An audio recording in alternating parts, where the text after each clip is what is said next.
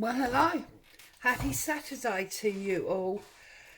So, today we are working on our spring journal, our springtime journal mini series, and we are on the third day, which means we are doing 5. And the thing that I've chosen for 5 is page edges. I think sometimes the edge of the page gets missed in regard to it having a presence in its own right. So I brought along one of my edge punches. I've got some coloured cheesecloth. I've got some lace. I've got some splodge dyed card in blue and yellow because they're the colours we're working on, and I've got a piece of vintage book page. So the first thing to consider is what page edges you are doing and how it's going to look on the other side according to what you've done. Now I think I want to start on my very first page, okay, and what I'm going to do, I just realised that's not particularly well lined up. All I'm going to do, obviously if you don't have one of these, then it's not something that you would necessarily be able to consider without purchasing one, but if you have got one, this is an ideal use. Now this is quite difficult to film in effect because I'm trying to make sure that my head is not filling up the camera, but also that obviously I can see what I'm doing, and I can see that I've already done a bad cut there. Because obviously I'm desperately trying to see what I'm doing. You really need to lean over it and concentrate, but basically you start in the middle and then you just obviously line up your punched holes with the pattern that's either side of the punch area, and then you just continue to punch to go right across the line.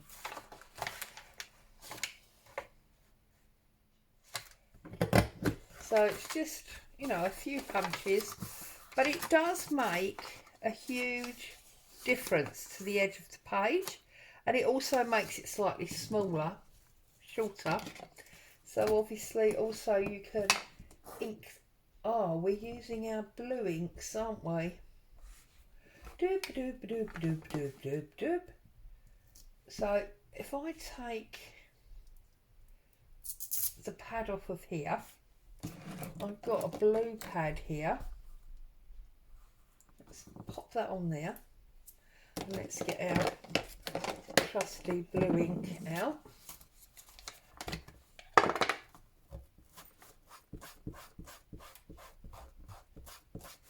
Okay, and then just ink up down the edge. It will just pick up those, in this case, arched areas, and it just adds a little bit more interest, and suddenly that looks a completely different page in my opinion. So that's very nice. So that's one. Now I said we would do 5, so let's skip a couple of pages, and I think I'm going to use this page because this blueprint has come almost through like a negative. So all I'm going to do to this one is I'm going to add some of this blue cheesecloth.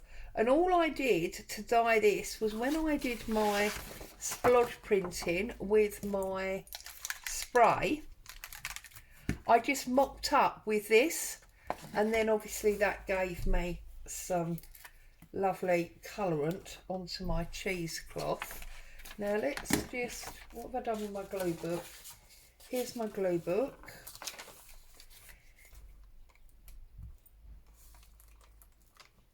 Now I know that a few of you have been aware that things have been a bit off over the last few days. I've been out of sorts with the timing of my videos. The weekend challenge in the Facebook group was very late going up. It went up about 5 AM this morning rather than the usual Friday afternoon.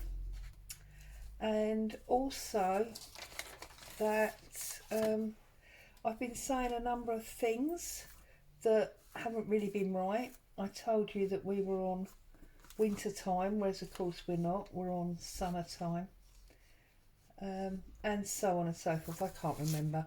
There's been quite a few, and you've all been very sweet and polite and not necessarily asked if I'm going mad, but you've made little gentle comments with regard to the fact that, you know, did I miss the weekend challenge, or, you know, oh, there wasn't a video this day when there usually is. Little comments like that. And like now, I'm recording this at 5 o'clock in the evening, so goodness knows what time it will actually be live on the channel. So there you go. See, and that's obviously now going to stick out there and be very pretty. And I feel that if I am starting to mess up quite so badly, then it's probably time that I gave you all a little bit of an explanation. I am not a person that does worries me. It's not something I believe in. I'm also a very private person, and I don't really share personal stuff outside of my closest people. But you guys have, over the last few months, become family, really. We've laughed together, we've discussed many things, and, you know, I mean, that's what families do. So I feel it's only right to tell you that my youngest daughter has recently been diagnosed with MS. It was a huge shock to the family. It's meant that a lot of my time is now being used in different ways than it was used previously, and that most of the time my mind is generally not where I am. So I apologise now for, sorry, 1, 2, 3. So I apologise now for my lack of consistency, some of the really bizarre things that I've been doing, and hope that you will understand that as a mother and a grandmother, there are times now that I cannot be in my craft room, or if I am in, well, craft room, that's a joke, at my table, or if I can be here, that I'm not really 100% here, as it were, in the way that I would normally be. So I'm not intending to go anywhere. I've said to you before, my crafting is my sanity. I need to be here to keep myself sane. And hey, apart from anything else, I've got all these supplies that need to be used. So yeah, I just wanted to explain. Bear with me. Sorry if things are not 100% spot on. But as always, I'm very, very grateful for those of you that spend time with me. And I'm sure you'll understand that this is just, well, it's one of those life things that is going to have to, make sure I've got this up the right way, is going to have to take precedent on occasion over other things. And there's not a lot that I can do about it. My daughter and my grandchildren, see, I'm now actually going to trim this because that's coming over further than I really want it to. My daughter and my grandchildren have to and will always be my first priority. So if that means, you know, a few days get missed or I speak gobbledygook, then I'm afraid that's the way it's going to be. And I'm sure you'll understand, and I'm sure you will be tolerant of me for it. And quite honestly, if it's something that bothers you and you're not tolerant of it, then maybe this is not the craft channel you need to be watching. I don't mean to be rude, but my priorities are my priorities. And well, that's the way it is basically. Whoops, my glue's falling over now.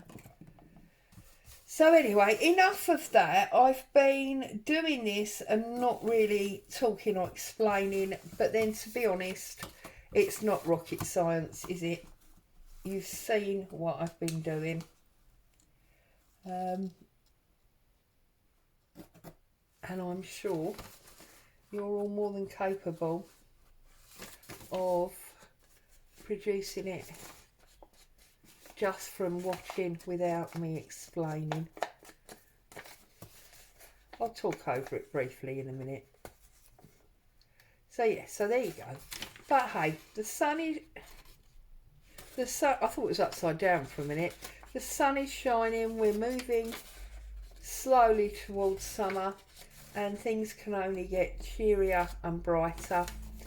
I'm hoping, having had a very lovely day weather-wise today, that this is the beginning of, you know, summer coming properly, and I can look to hubby to maybe consider getting the hot tub out and sorted so that we can have some nice relaxing evening time after work in the hot tub. So that'll be nice, won't it? Right, so what I'm going to do here is I'm going to pull a very thin edge off to give me my decal shape rather than a straight edge. And then I'm going to come across probably, I don't know, about an inch, give or take. And I'm going to pull down there. I'm going to take my ink again, because hey, you know, just call me the Inky Witch. I like a bit of ink. And I'm very, in case you hadn't noticed, in love with this blue. Love this Colbert. It's this archival Colbert blue. I love it, love it, love it. Yeah. So that's that really.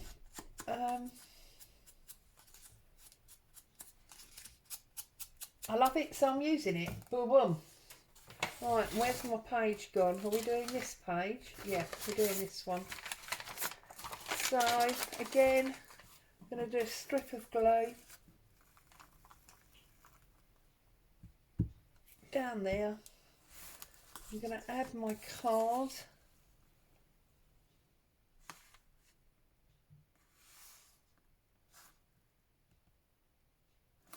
Like so. Turn it over. And then obviously we've got this little edge to get rid of. See, I'm very bad on cutting paper with my fabric scissors. Hey ho, don't tell anyone.